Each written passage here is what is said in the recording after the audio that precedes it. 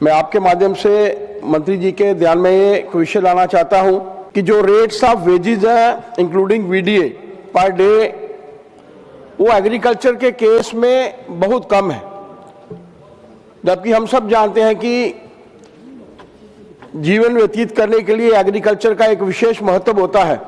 और जब मैं इसको कंपैरिजन करता हूं स्वीपिंग से, watch and ward, loading unloading, इन सब के संदर्भ में ये जो वेजेस हैं बहुत कम है। तो क्या सरकार इस विषय को गंभीरता से लेगी और किसानों के रेट्स को भी बढ़ाने का प्रयत्न करेगी?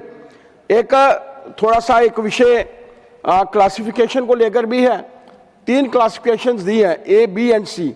आज के संदर्भ में जब हम पूरे भारतवर्ष की बात करते हैं, ठीक है, बड़े जगहें हैं जैसे दिल्ली है, मुंबई है, मद्रास है, लेकिन इन जगहों को छोड़कर मुझे लगता है कि भारतवर्ष की सभी जगहों को मात्र बी में ही कन्वर्ट किया जाना चाहिए। बहुत बहुत शुक्रिया।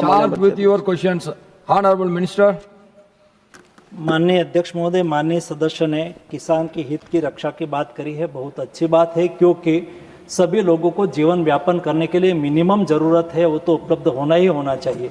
और मिनिमम ज़रूरत उपलब्ध हो इसलिए ही प्रधानमंत्री जी ने आज देश में इस टाइप की सोशल सिक्योरिटी की व्यवस्था करी है, ताकि देश में सभी नागरिक को अपना घर मिले, पूरता खाना मिले और घर में उसको गैस का सिलेंडर मिले। ये सारी व्यवस्था सोशल सिक्योरिटी का एक पार्ट ही है और वेजेस का भी एक पार्ट है। और जब वेजेस तय करी जाती है तब व्यक्ति को कितना न्यूट्रिएंट फूड चाहिए, कितनी कैलोरी चाहिए, उसको विज्ञापन के, उसको जीवन निर्वाह के लिए कपड़ा चाहिए, उसको घर चाहिए, उसको फैन, घर में फैन चाहिए। तो पहले फैन नहीं था तो बिजली बिल नहीं आता था। आज अभी मोबाइल तो हम काउंट ना करें, वो एडिशनल व्यवस्था है, लेकिन उसके जीवन में मिनिमम जीवन जरूरी चीज़ों को खरीदने के लिए उसको मिनिमम जो खर्च लगता है उसको मिनिमम वेज के रूप में माना जाता है। और मिनिमम वेज आज तक माननीय अध्यक्ष महोदय सरकार तय करती थी, लेकिन भारत सरकार तय करती थी, लेकिन वो एडवाइजरी के रूप में था। स्टेट उसको माने नहीं माने उसके लिए कोई कंपलसरी नहीं था। लेकिन माननीय अध्यक्ष महोदय, माननीय प्रधानमंत्री जी ने लेबर कोड लागू करा। लेबर कोड में एक फ्लोर वेज का प्रावधान करा गया है। तो भारत सरकार अभी नए लेबर कोड के मुताबिक फ्लोर वेज तय करेगी।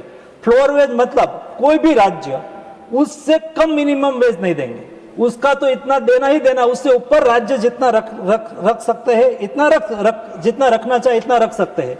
उसमें से सभी राज्य अपनी, उन्होंने बहुत अच्छी बात कही कि देश में बहुत डाइवर्सिटी है।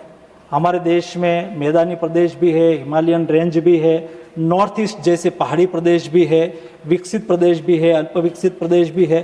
तो ऐसी स्थिति में उसकी रिक्वायरमेंट और उसका जीवन निर्वाह का ABC, यानी कि एक मेट्रोपॉलिटन सिटी, उसके अगल बगल में रहने वाले लोगों का खर्च, एक छोटे शहर में रहने वाले और उसके अगल बगल में रहने वाले लोगों का जीवन खर्च, और एक का दूर सुदूर गांव में रहने वाले और किसान का जीवन निर्वाह का खर्च अलग अलग होता है।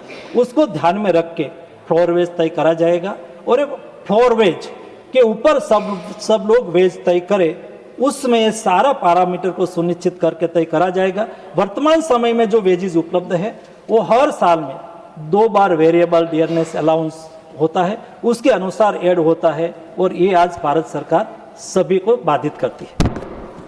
Third supplementary through R. Girirajan ji. I would like to know the answer through you, sir.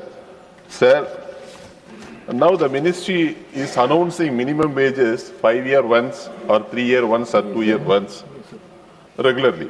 The ministry should announce the minimum wages every financial year without fail.